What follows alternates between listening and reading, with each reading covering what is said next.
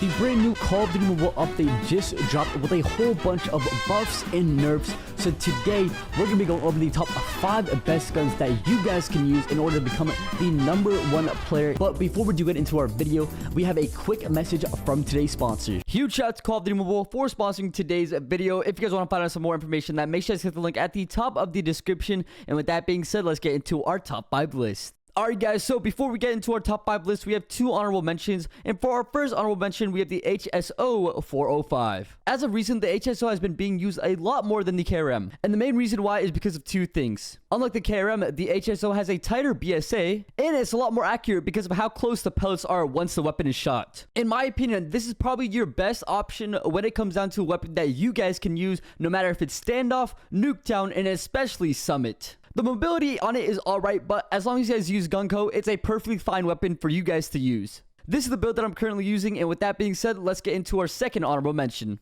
Alright guys, so for our second honorable mention, we have the BP50. Now, the BP50 is actually a special weapon because it's basically a SMG and AR combined into one. It has one of the fastest fire rates as an assault rifle and can even compete against the fire rate of some SMGs. It has great mobility stats.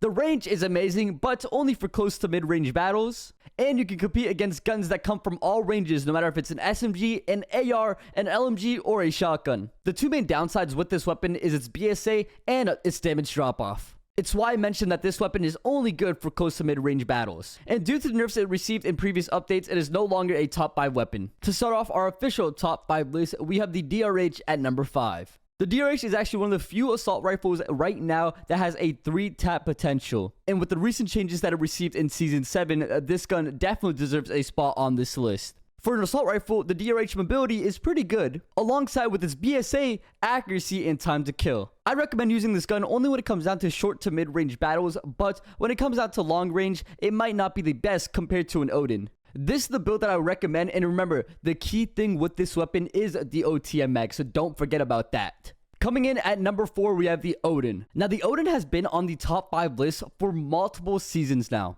and for good reason. This weapon right here has the ability to compete up against any weapons, no matter if it's close range, mid-range, or long range. It has infinite range, which means there's no damage drop-off whatsoever. And on top of all that, it has a 2 to 3 tap potential depending on where the bullet lands. The main disadvantage with this weapon is its mobility, which means to all those aggressive players out there, it might not be the best choice for you guys. Coming in at number 3, we have the XM4, which is pretty much an AR and SMG combined into one. It has the fire rate and time to kill of an SMG, the mobility of an AR and SMG, and the BSA and range of an AR. It's basically a perfect hybrid of a weapon. Now, me personally, this is definitely the weapon I would recommend to all of those aggressive slayers out there that enjoy using SMGs. And if there are times that you want to switch up playstyles and play like an AR, you can do that with this weapon. Coming in at number 2, we have the VMP, which is actually one of the newest additions to COD Mobile. The VMP has one of the best, if not the best, time to kill statistics out of any and every gun in COD Mobile. Not only that, but it has one of the fastest fire rates for an SMG, the fastest time to kill, one of the fastest mobility rates depending on how you build it out, and the damage when it comes down to close to mid-range battles is absolutely insane. If you guys are looking for the perfect weapon to use when it comes down to those maps such as Nuketown, Summit, and Standoff,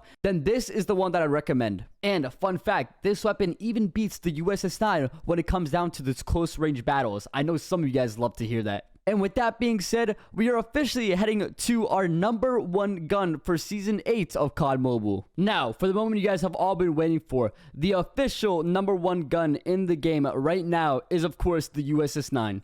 Now, I know what you guys might be thinking. How is the USS-9 #1 if it received a nerf in this season? Well, the answer is simple. The nerf that this weapon received was a bullet speed reduction, which means it doesn't really change the fact that this weapon still has its 2 to 3 tap capabilities and its insane range. Now, the crazy thing about the USS-9 is the fact that it has one of the best BSAs as an SMG, if not some of the ARs. And on top of all that, it has the chance to compete at both long range, medium range, and close range. Yes, you heard that right. This weapon has the ability to destroy people that use Odin and XM4.